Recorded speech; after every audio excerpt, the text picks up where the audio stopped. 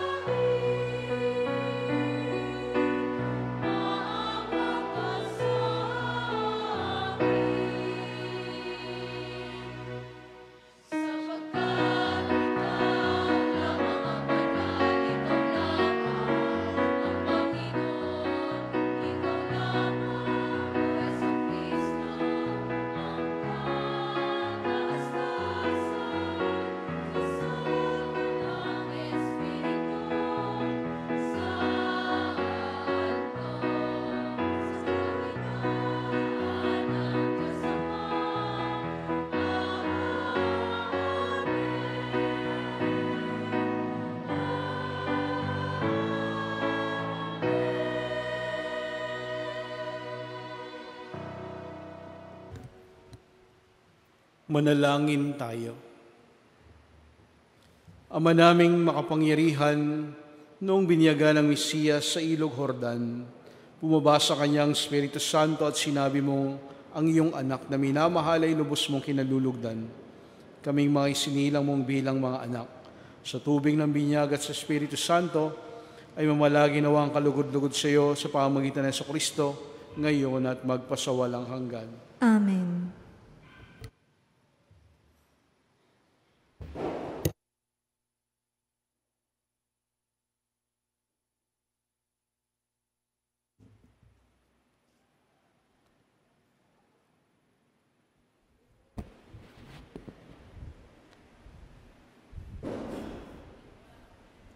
Pagbasa mula sa aklat ni Propeta Isaías.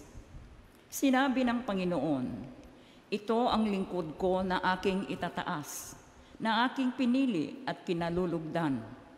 Ibubuhos ko sa kanya ang aking espiritu, at sa mga bansa ay siya ang magpapairal ng katarungan. Mahinahon at banayad kung siya'y magsalita, ni hindi magtataas ng kanyang tinig. Ang marupok na tamboy hindi babaliin, ilaw na aandap-andap, di niya papatayin, at ang katarungan ang paiiralin. Di siya mawawala ng pag-asa, ni masisiraan ng loob. Paghahariin niya ang katarungan sa daigdig.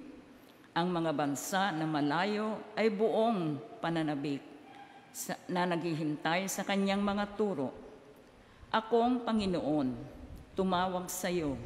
Binigyan kita ng kapangyarihan upang pairalin ang katarungan sa daigdig. Sa pamamagitan mo ay gagawa ako ng pagkikipagtipan sa lahat ng tao at magdadala ng liwanag sa lahat ng bansa. Ikaw ang magpapadilat sa mga bulag at magpapalaya sa mga bilanggo ng kadiliman. Ang salita ng Diyos. Salamat sa Diyos. Basbas ng kapayapaan sa bayan ng poong mahal. Basbas ng kapayapaan sa bayan ng poong mahal. Purihin ang Panginoon ninyong banal na nilalang, pagkat siya ay dakilat marangal ang kanyang ngalan. Ang poon ay dakilain, purihin ang Diyos na banal. Yumuko ang bawat isa kapag siya ay dumatal. Basbas ng kapayapaan sa bayan ng poong mahal. Sa gitna ng karagatan, tinig niya ay naririnig. Sa laot ng karagatay, hindi ito nalilingid. Pag nangusap na ang poon, tinig niya ay ubod, lakas. Ngunit tinig kamahalan kapag siya ay nangungusap. Basbas ng kapayapaan sa bayan ng poong mahal. Ang tinig ng dakilang Diyos parang kulog na malakas, kaya't mga nasa templo'y sumisigaw, nagagalak. Panginooy pupurihin, ganito ang binibigkas. Siya rin ang naghahari sa dagat na kalaliman, namuno siya roon bilang hari, walang hanggan. Basbas ng kapayapaan sa bayan ng poong mahal.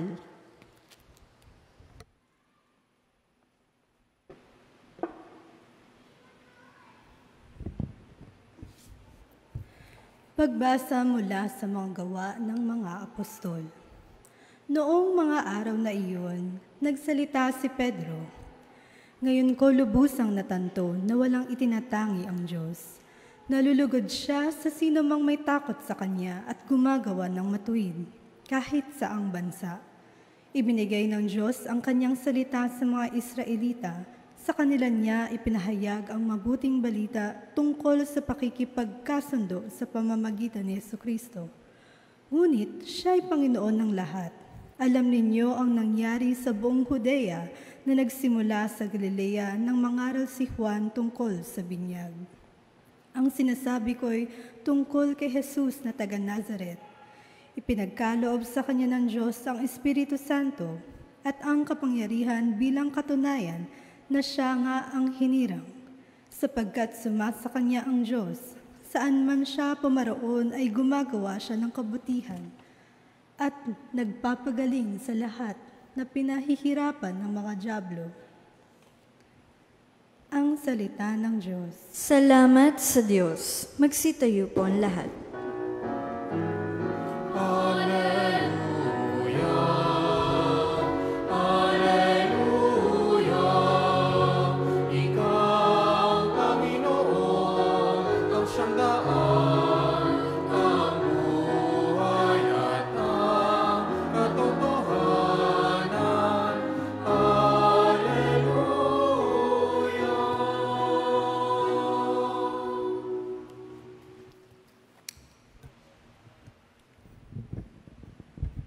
Sumayin niyo ang Panginoon. At sumaiyo rin. Ang mabuting balita ng Panginoon ayon kay San Lucas. Papuri sa iyo, Panginoon.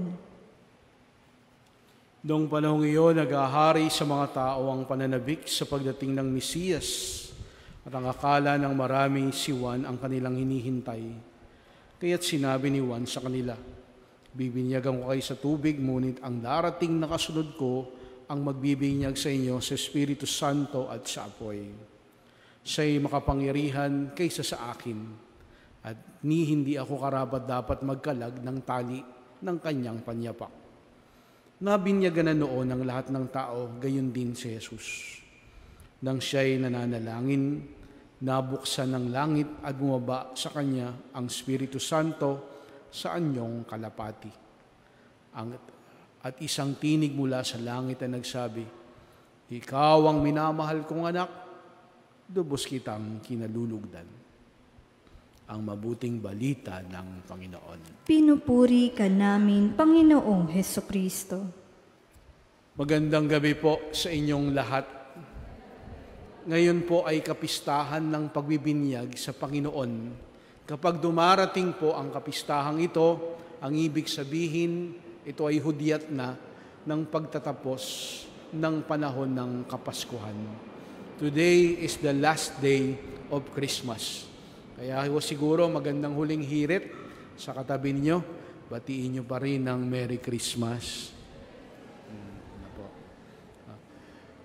Sa Lunes, babalik na tayo sa karaniwang panahon.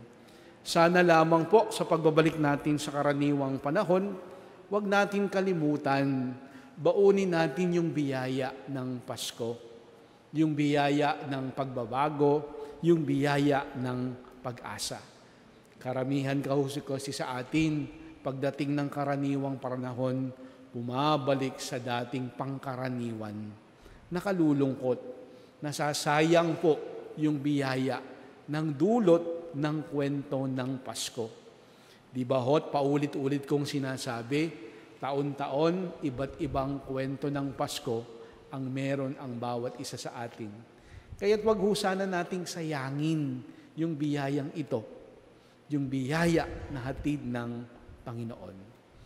Lalong-lalo na po ngayon, taon ng hubileyo ng pag-asa. Umaasa tayo sa Panginoon, umaasa tayo sa biyaya, at umaasa tayong magiging maayos itong taon nating 2025. Mga kapatid, pag nilayan po natin yung kapistahan ng pagbibinyag sa Panginoon. Makaalam nyo ho, isa sa nilalang ng Panginoon ay ang mga kambing. No? Wala naman hong kambing dito, pero alam naman ho natin kung ano ang kambing. Sabi, ang kambing maingay, mabantot, at siyempre kahit mabantot, masarap na putahe.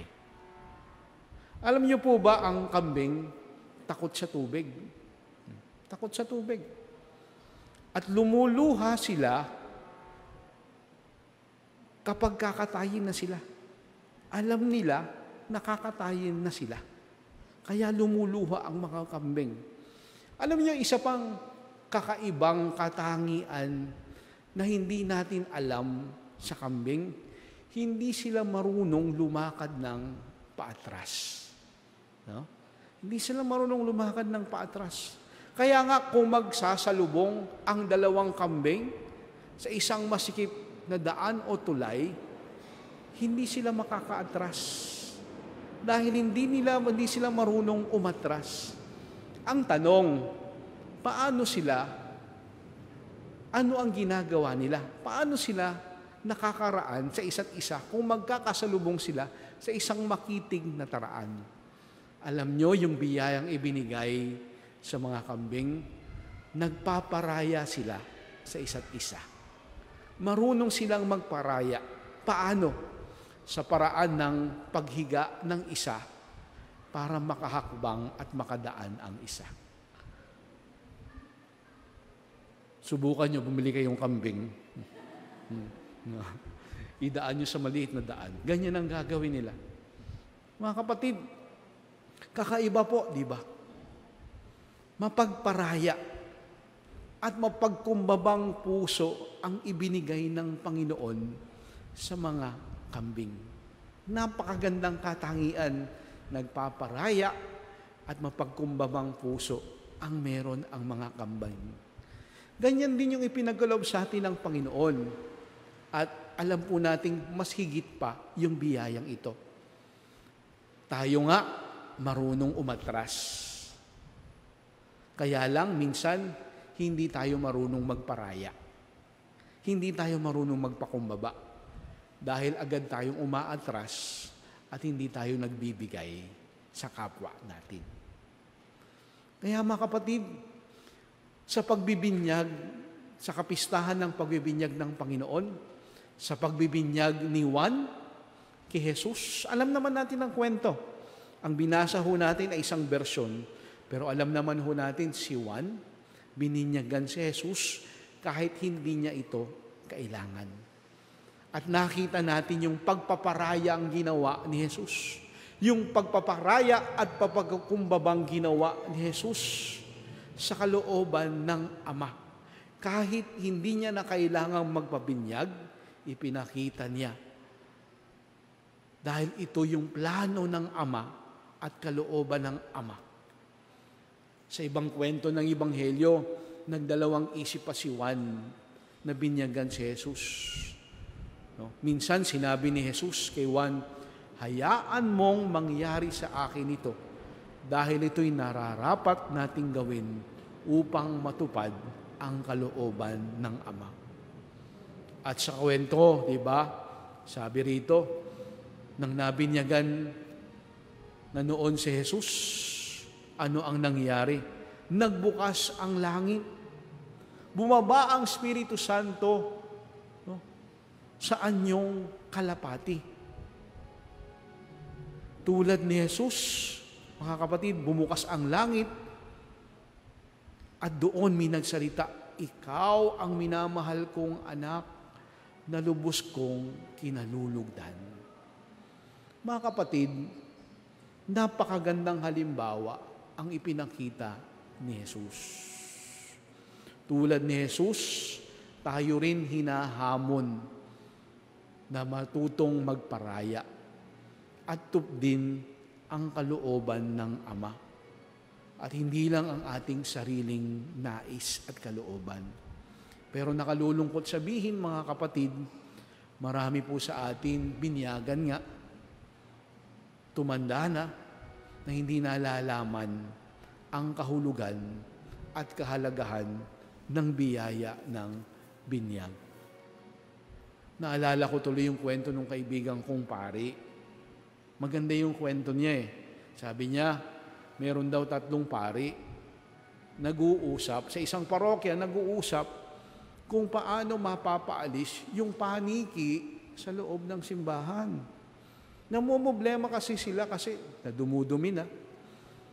Hindi nila alam kung paano paalisin. Sabi nung unang pari, alam ko na, kunin mo yung shotgun noong security guard. Anong ginawa nila? Sinatgan nga, nag-alisan. Pero pagkalipas ng ilang araw, bumalik muli yung mga paniki. Sabi ng ikalawang pare, alam ko na ang gagawin dyan. Gumamit tayo ng pesticide. Nag-alisan nga. Pero makalipas din ng ilang linggo, nung wala na yung pesticide, bumalik din. Sabi nung ikatlong pare, alam ko na ang gagawin ko dyan. Ano ang sabi niya? Bibinyagan ko. Bakit? Hindi na sila muling babalik mula noon. Totoo nga po, tulad ng mga paniki sa kwento, ang ilan sa ating mga Kristiyano, matapos mabinyagan, hindi na muling nagbabalik sa simbahan. Totoo yan. No? Bumalik man, hindi naman naunawaan ang biyaya at pangako ng binyag. Bumalik man, nakalulungkot, wala nang buhay. Mga kapatid, sa pagninilay natin ngayon sa binyag na tinanggap natin kay Jesus, ipinapaalala sa atin yung bahagi ng ating misyon at pangako bilang mga binyagan.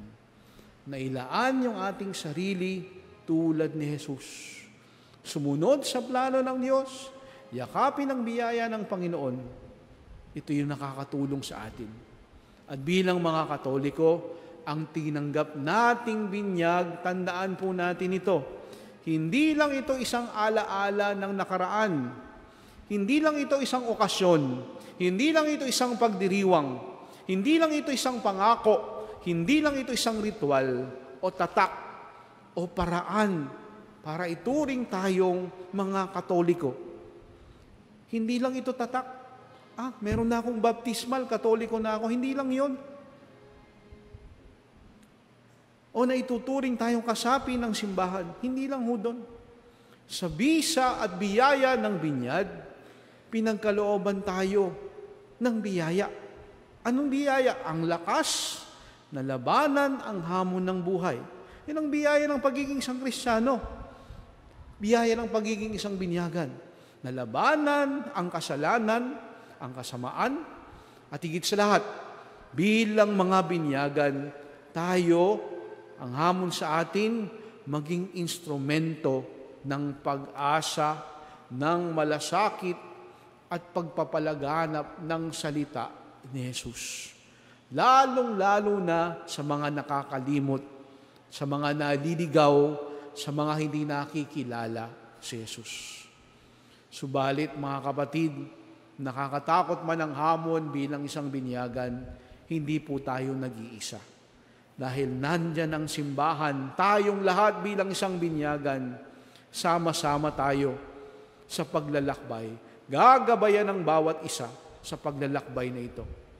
Kaya nga ho, ang ating binyag ay paalala sa ating lahat na manaway maging tulad tayo ni Jesus at ni Juan Bautista. Nagpaparaya, nagpapakumbaba, naglilingkod. Kaya mga kapatid, sa huli, tandaan po natin, tayo'y higit pa sa mga kambing at bininyagan tayo hindi upang itaboy tulad ng mga paniki. Hindi tayo tulad ng mga paniki para ilayo sa simbahan, kundi tayo'y mga binyagan upang ipadama sa atin ang biyaya at pagmamahal at plano ng Diyos sa ating lahat. Kaya mga kapatid, ipagdiwang natin yung ating binyag. Ipagdiwang natin yung pagiging tagasunod natin kay Jesus. Siguro nga, kung taon-taon, nagdiriwang ka ng birthday mo, baka magandang magdiwang ka rin nung araw nung binanyagan ka. Alam niyo po ba kung kailan yung petsa na kayo'y bininyagan? Siguro magandang balikan at tandaan. No? At ipagdiwang mo na ako'y tatanggap ko ang biyaya ng Panginoon. Amen. Ipahayag po natin ang ating pananampalataya. Sumasampalataya ako sa Diyos amang makapangyarihan sa lahat, na may gawa ng langit at lupa. Sumasampalataya ako kay Jesucristo, iisang anak ng Diyos, Panginoon nating lahat. Nagkatawang tao siya, lalang ng Espiritu Santo, ipinanganak ni Santa Maria Birhen, pinagpakasakit ni Poncio Pilato, ipinako sa krus, namatay, inilibing, nanaog sa kinaroroonan ng mga yumao, nang may ikatlong araw na buhay na mag-uli, umakyat sa langit, naluluklok sa kanan ng Diyos amang makapangyarihan sa lahat. Doon magmumulang paririto at huhukom sa nangabubuhay at nangamatay na tao. Sumasampalataya naman ako sa Diyos Espiritu Santo, sa banal na simbahang katolika, sa kasamahan ng mga banal, sa kapatawaran ng mga kasalanan, sa pagkabuhay na muli na nangamatay na tao, at sa buhay na walang hanggan. Amen. Sa pagbibinyag kay Jesus, ibinunyag mo, Ama, na siya'y tunay mong anak. At lubos mo na kinalulugdan, sinasamo namin ngayon ang aming kahilingan habang kami nananalig sa iyong mapagkalingang mga kamay sa pamagitan ng kapangyarihan ng Espiritong Banal. Sa bawat panalangin, Panginoon, dinggin mo ang iyong bayan. Panginoon, dinggin mo ang iyong bayan. Igawad nawa ng Santo Papa, mga obispo, mga pari, at mga diakono ang sakramento ng binyag ng may tapat na pag-ibig at malasakit sa kapwa. Manalangin tayo. Panginoon, dinggin mo ang iyong bayan. Maging totoo nawa sa kanilang mga pangako at paggawa ng mga namumuno sa aming bayan upang mapagsilbihan nilang lubos ang aming pamayanan. Manalangin tayo. Panginoon, dinggin mo ang iyong bayan. Pahalagan nawa ng mga magulang at nakatatanda ang kanilang tungkuling gabayan ang kabataan sa tama at tuwid na landas ng buhay. Manalangin tayo. Panginoon, dinggin mo ang iyong bayan. Maging buhay mong tanda kami sa bawat isa upang maakay namin tungo sa iyo, Ama, ang mga hindi pa nananampalataya sa pag-ibig at liwanag na hatid ni Jesus. Manalangin tayo. Panginoon, dinggin mo ang iyong bayan. Makasapit nawa sa walang hanggang buhay na ipinangako mo sa amin, O Diyos, ang mga kapatid naming yumao. Manalangin tayo. Panginoon, dinggin mo ang iyong bayan. Sa ilang sandali ng katahimikan, ating ipanalangin ang iba pang mga pangangailangan ng ating pamayanan, pati na rin ang ating pansariling kahilingan.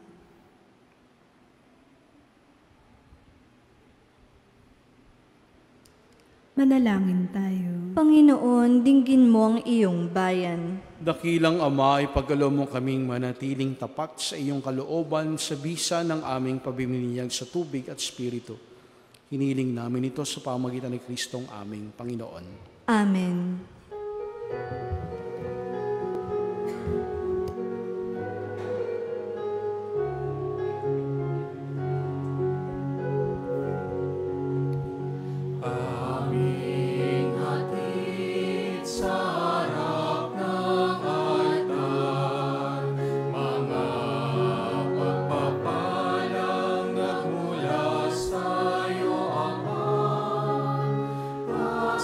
Salamat sa biyayang natanggap, pagpupuri sa iyong harapan. Tanggapin ang aming alay, ang alak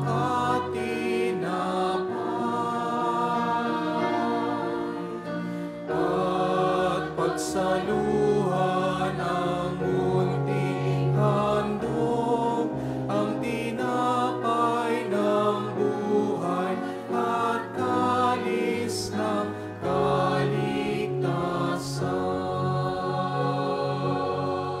Panalangin kayo mga kapatid, o mapagaya natin ay kalugdan ng Diyos sa mga makapangyarihan. Tanggapin nawa ng Panginoon itong paghahain sa iyong mga kamay, sa kapurihan niya at karangalan sa ating kapakinabangan at sa buong sambayanan niyang banal. Ama naming lumikha, ngayong ipinagdiriwang ang pagpapahayag ng iyong kinalulugdang anak, tanggapin mo ang aming mga alay upang ito'y maging paghahain ng kanyang mahabaging paghuhugas sa kasalanan namin, sapagkat siya ay kasama mo at ng Espiritu Santo magpasawalang hanggan. Amen. Sumainyo ang Panginoon. At sumaiyo rin. Itaas sa Diyos ang inyong puso at diwa. Itinaas na namin sa Panginoon. Pasalamatan natin ang Panginoong ating Diyos. Marapat na siya ay pasalamatan. Ama naming makapangyarihan, tunay nga marapat na ikaw ay aming pasalamatan sa pamagitan ng Jesucristo na aming Panginoon.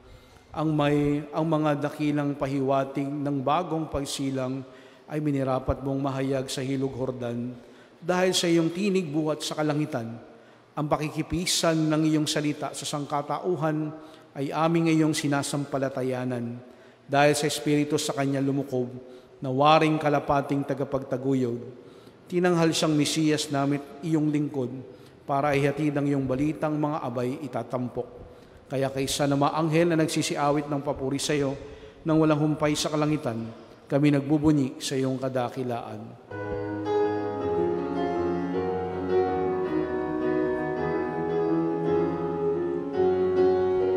Santo, Santo, Santo, Diyos makapangyarihan, uspos ng walhati ang langit at lupa. Hosana, Hosana, sa kaitaasan. Pinagpala ang narito sa ngalan ng Panginoon. Hosana, Hosana, sa kaitaasan. Hosana, Hosana, sa kaitaasan.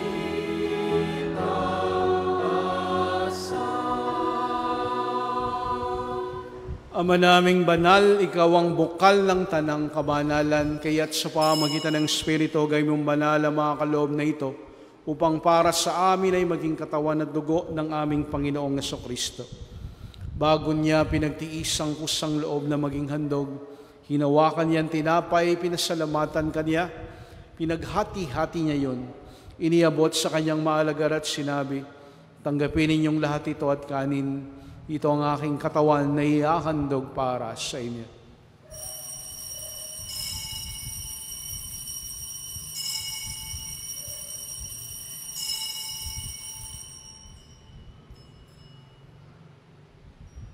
Ngayon din naman, nang matapos ang hapunan, ninawakan niya ang kalis, muli kanyang pinasalamatan.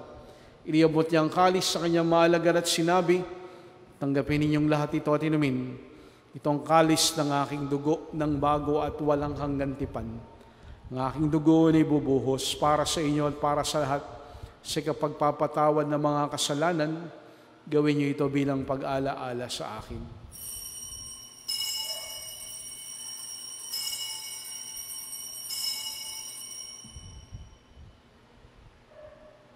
Misteryo ng pananampalataya.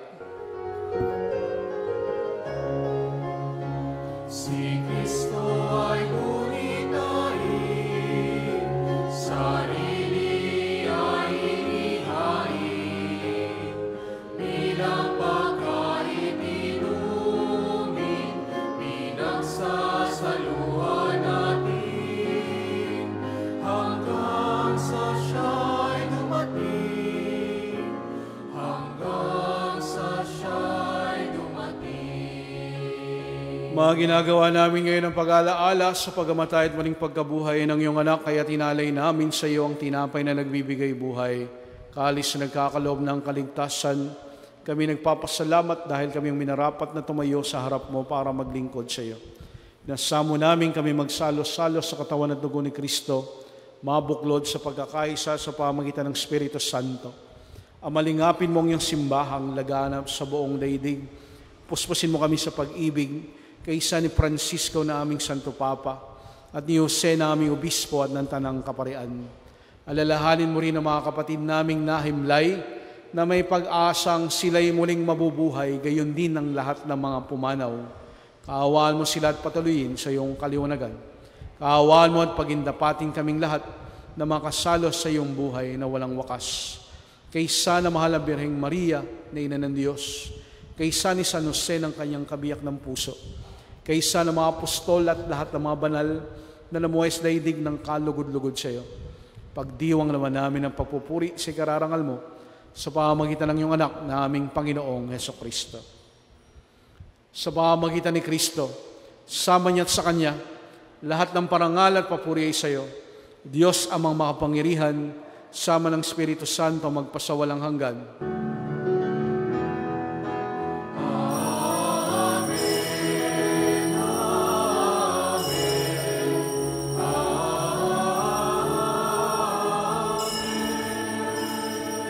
Ating ipahayag ang panalangin tinurusatin ng Panginoon.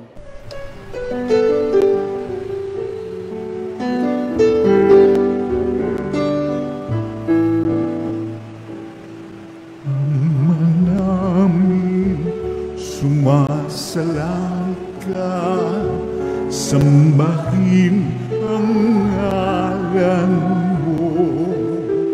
Mapasa amin ang kaharian mo, sundin ang loob mo.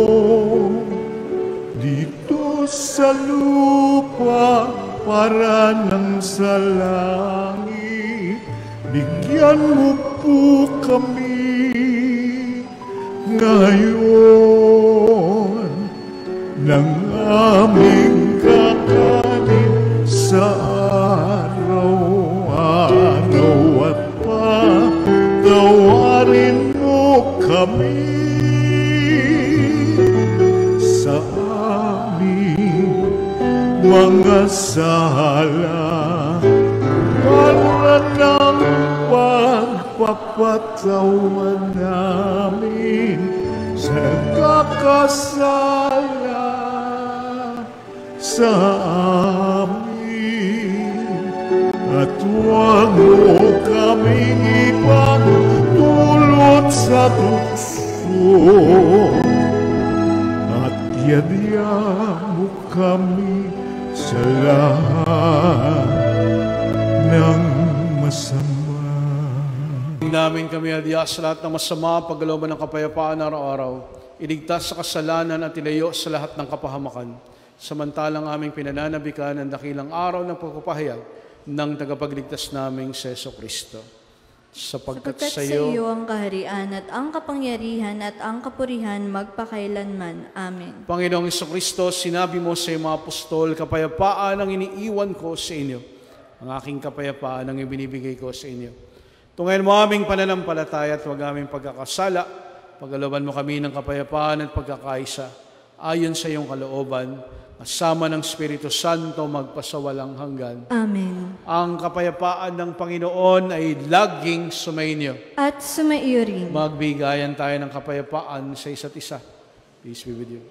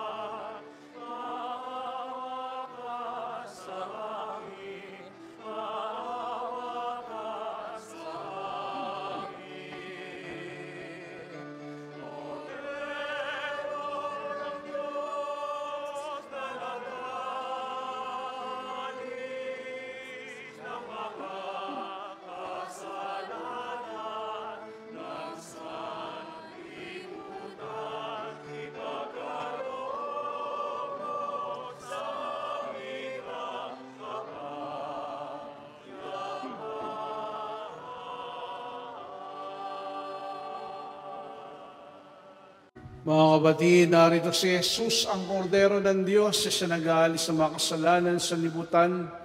Mapapalad tayong tatanggap sa kanyang piging. Panginoon, hindi ako karapat-dapat na magpatuloy sa iyo. Ngunit sa isang salita mo lamang ay gagaling na ako.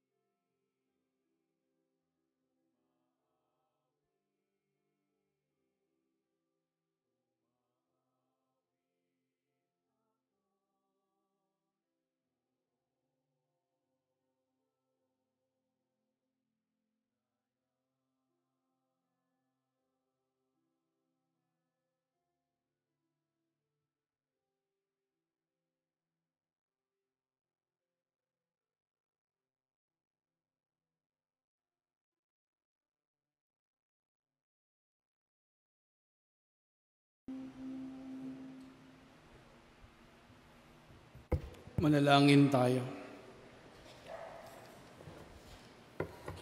Manaming mapagmahal kami yung pinapakinabang ay maging mga anak mo nawa sa turing at sa katotohanan sa matapat naming pakikinig sa iyong anak na aming tagapamagitan kasama ng Espiritu Santo magpasawalang hanggan. Amen. Sa isang linggo ho ay pista ng Santo Niño. No? To celebrate the Feast of the Santo Niño. Dali niyo ho yung mga ninyo-ninyo kung meron kayo Santo Niño at babasbasan natin pagkatapos ng misa. No? Sa susunod pong linggo. No? Sumayin niyo ang Panginoon. At sumaiyo rin. Yumuko kayo tingin ang pagpapala ng Diyos. Gawara nawa kayo ng pagpapala ng mawaing Diyos upang lagi ninyong mapahalagahan ang kanyang karunungang nagdudulot ng kaligtasang walang hanggan. Amen. At pagpalain kayo lahat ng makapangyarihan at mawaing Diyos Ama, Anak at Espiritu Santo. Amen. Tapos na ang pagdiriwang, pumayo kayo sa biyaya ng Panginoon. Salamat sa Diyos.